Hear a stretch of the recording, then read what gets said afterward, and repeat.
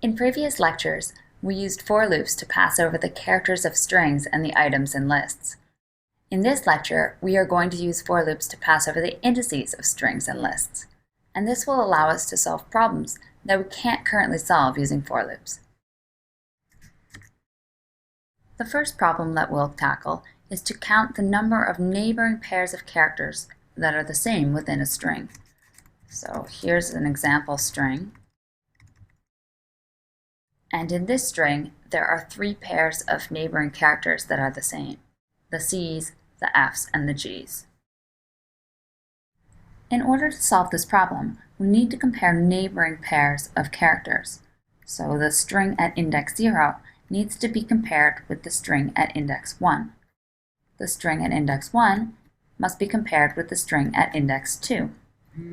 And so on until we reach the second last character, the string at index -2, and we compare it with the last character of the string at index -1.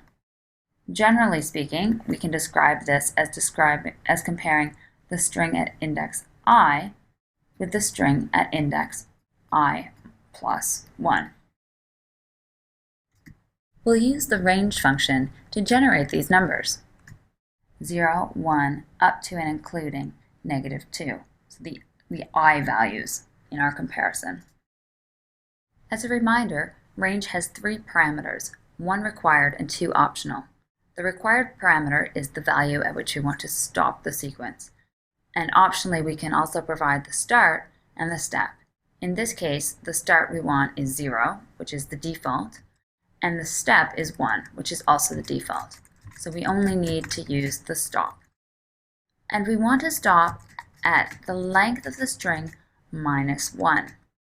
In other words, we want to go up to and including length of the string -2, or the second last character of the string. And we indicate this using length of string -1, up to but not including that value. And then the values, or the indices, are printed.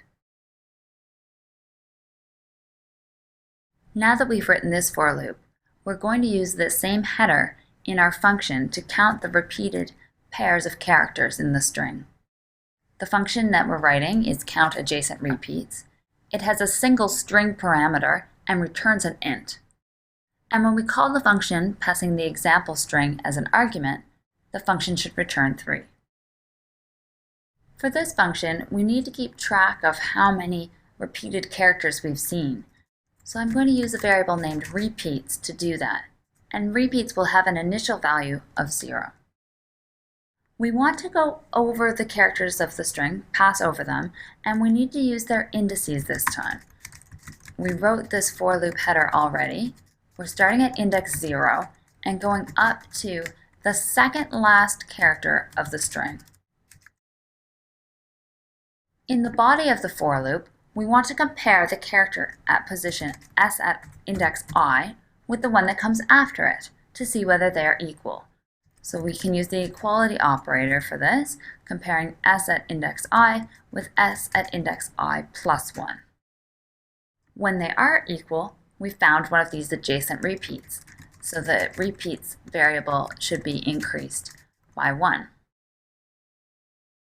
At the end of the loop, after it has exited, we can return the value that repeats refers to.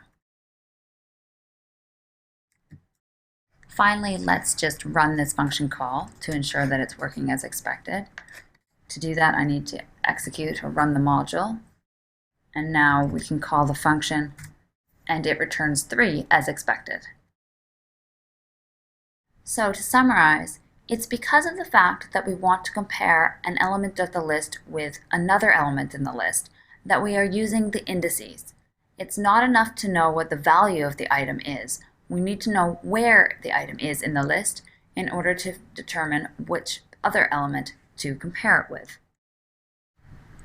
To gain a better understanding of what's happening when this code executes, we'll trace it using the Python visualizer. The first time I hit forward, the function definition is evaluated, and we're taken to line 19, where I've put a call to the function, using a slightly smaller example. When the function is called, the parameter s refers to the string ACCFFH, which we passed as an argument to the function. After line 11 has executed, repeats refers to the value 0. On line 13 is the first line of the for loop. I will get the initial value of 0. I initially refers to 0. And the if condition is first checked. So s at I, s at 0 is A, is compared with s at I plus 1, s at 1, which is C. These characters are not equal, so the body of the for loop is not executed. We move on and increment I. So I gets the next value that range generates, which is 1.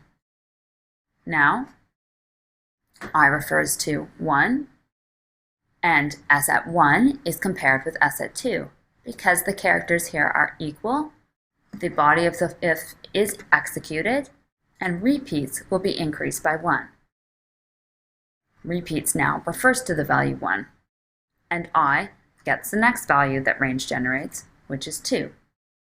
The string at index 2 is compared with the string at index 3, and they are not equal, so the body of the if is not executed. We advance to the for loop header again, and I will be the next value that range generates. I refers to 3. The string at index 3 is compared with the string at index 4. Those two characters are equal, so the body of the if is executed this time.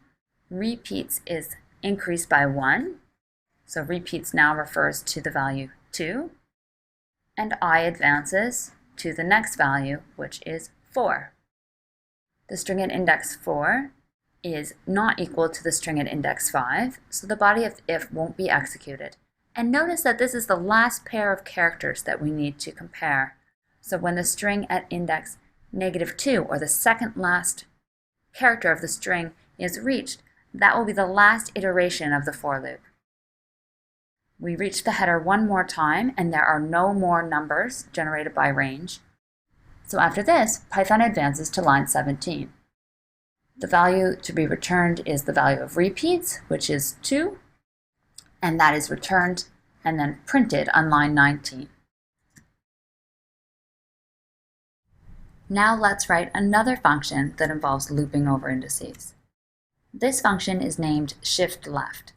It has a single list parameter and modifies that list. So the return type is none type. None is returned. The modification to the list is that each element of the list, or each item, is shifted one position to the left, and the first item is shifted or moved to the last position. A precondition to this function is that the length of the list is at least 1. Here's an example list that has 4 strings, strings A, B, C, and D. The strings will be shifted to the left, moving B from index 1 to index 0, C from index 2 to index 1, D from index 3 to index 2, and A from 0 to the last position where D originally was. Therefore, the resulting list is B, C, D, and A. In the example, I showed moving B to the position that A was in, and then C to the position that B was originally in. One thing that I didn't explicitly show in the example is that when we move B into A's position, we need to keep track of A, what value is at index 0, in order to later be able to move that value to the last position in the list. The variable first item is what I'm going to use to keep track of this. So it gets the value at list index 0.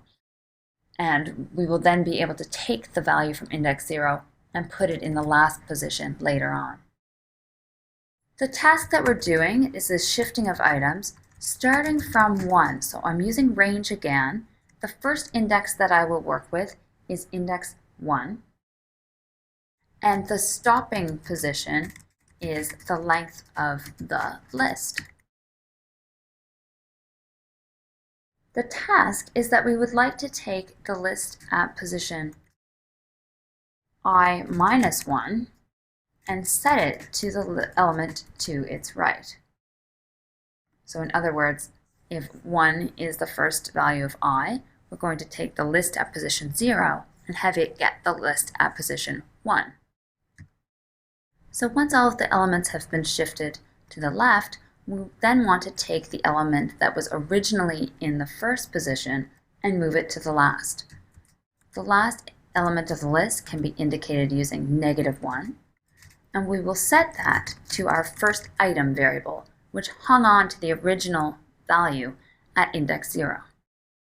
At this point, list L has been modified and the function can exit. Let's call the function. In the shell, I will create a list with the same example values that we used.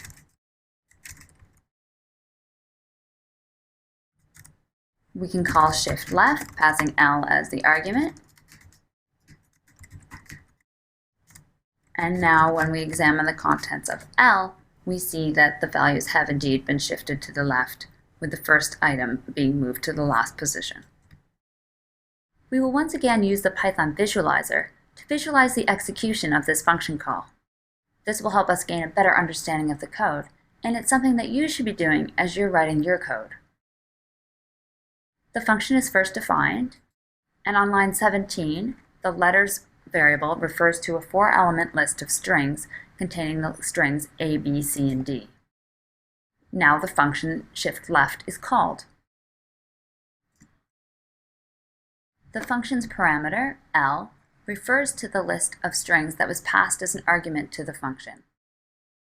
On line 10, first item is a variable that gets the value of the list at index 0. First item refers to the string A. The for loop begins on line 12, and the initial value of I is 1. I refers to 1, the first value generated by range. In the body of the loop, the list at index 0, I minus 1, gets the value of the list at index 1. So list at 0 is currently A, the list at 1 is B, and we're about to assign the list at 0 the value of the list at 1.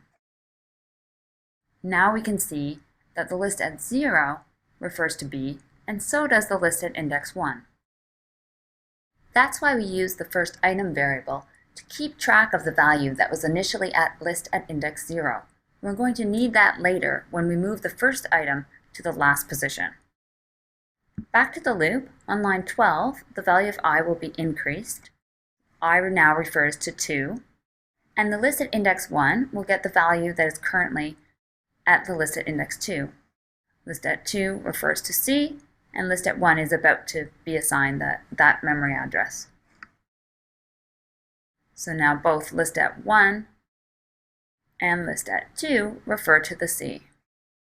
I gets the next value, which is 3, and the list at index 2 is about to be assigned the list at index 3. So we have a list with B, C, D, D, and it's time to replace the last D with the A. That's what happens on line 15. The list at the last position will be assigned the value that was originally at index 0. This is the last line of our function call. So the function finishes executing and returns, then letters is printed. So notice that what was printed when the function returned was the value none. And now letters with the values with the strings B, C, D, and A is displayed.